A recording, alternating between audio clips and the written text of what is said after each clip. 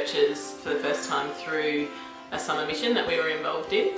And we were part of Summerfest at EV Church, and we knew that EV had been started or planted from a church in Sydney, and that was a new thing for us. We were from a pretty small Anglican church in Sydney, and as far as we knew, it had always been there. EV Church was the first church we knew of that had been planted, and through that we met a few other people who were interested in planting new churches. So Andy, when did you hear about Salt Church and the idea of a new church in Wollongong? Yeah, we met Dan and Renee through that beach mission, Summerfest, and they, I think it was 2009 maybe, they asked us for ice cream, and so we had ice cream. It was pretty good, but then there was strings attached.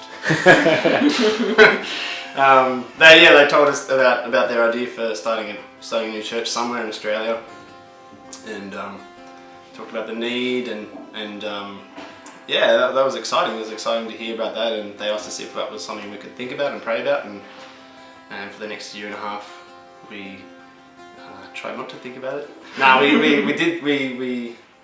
It was the kind of, it came up every now and again. We talked about it, and I think we didn't really want to. It's always easy to stay in your comfort zone, but we thought this is something that's important. This is something that we can do. We're pretty mobile. We've got jobs that can go pretty much anywhere.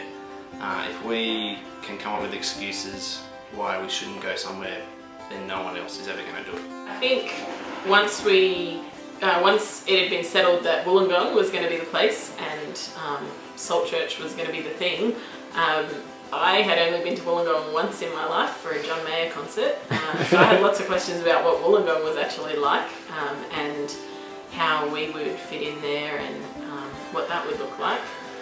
I guess we also had, we'd met Dan and Renee on Beach Mission, and we knew that we were, I guess, theologically on the same page, and we were all committed to seeing people reach with the gospel, but we didn't actually know them very well, so I just kind of hoped that we'd get on well with them, hoped that we'd get on well with Amy and Grant and others in the launch team.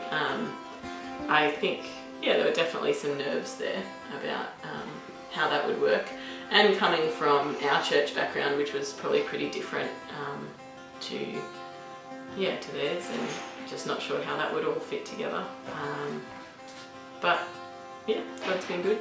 I guess for us, being part of the core team meant moving cities, and that meant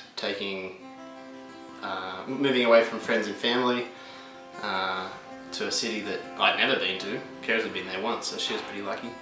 And so there's a whole lot of little unknowns, I guess, there. Moving away from friends and family, taking our kids away from their grandparents, that kind of stuff, and just not sure how that would work, and whether we'd be able to find work and that kind of stuff, but where we'd live, and that I think lots of little things, but again, as we work through them, they weren't really big enough issues to actually stop us from doing it. Yeah. I think probably for me, the biggest thing was, maybe once we came down here, it became a bigger thing, was just realising that church planning can be a bit lonely. We had, Dan and Renee, great, Grant and Amy are great, the other people we met down here are great, and we had good relationships with them, but they were all, for us, relationships that were only a couple of months old.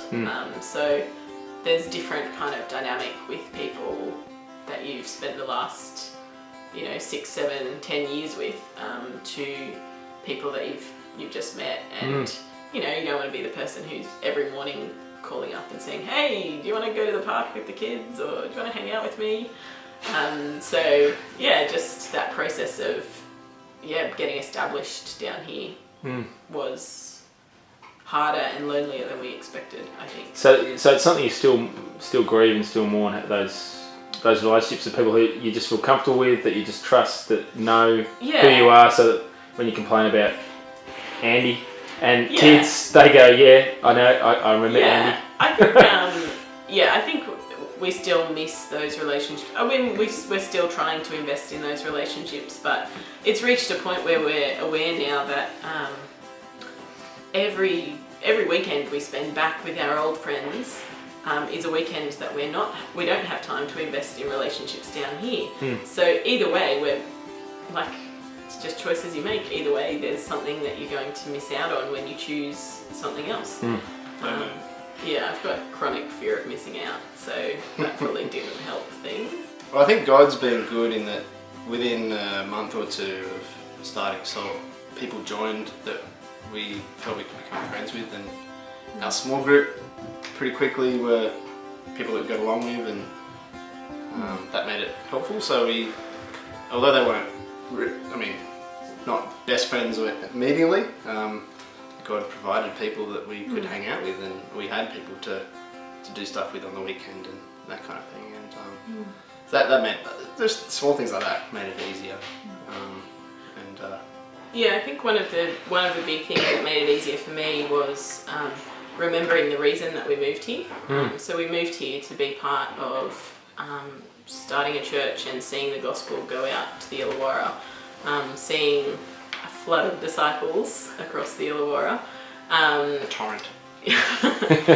And so if that was our purpose for moving here, then kind of the success of the move needs to be measured against that purpose. So whenever things were difficult, I was just encouraged to see that people were hearing the gospel and people were being saved and people were growing in their faith, and that's why we came here. So after a lonely day or when things are difficult, you go, well, we didn't move here for the lifestyle, we didn't move here for great friendships, we didn't move here for housing affordability, we moved here to see the gospel go out, and that's what's happening. So yeah, that was really encouraging.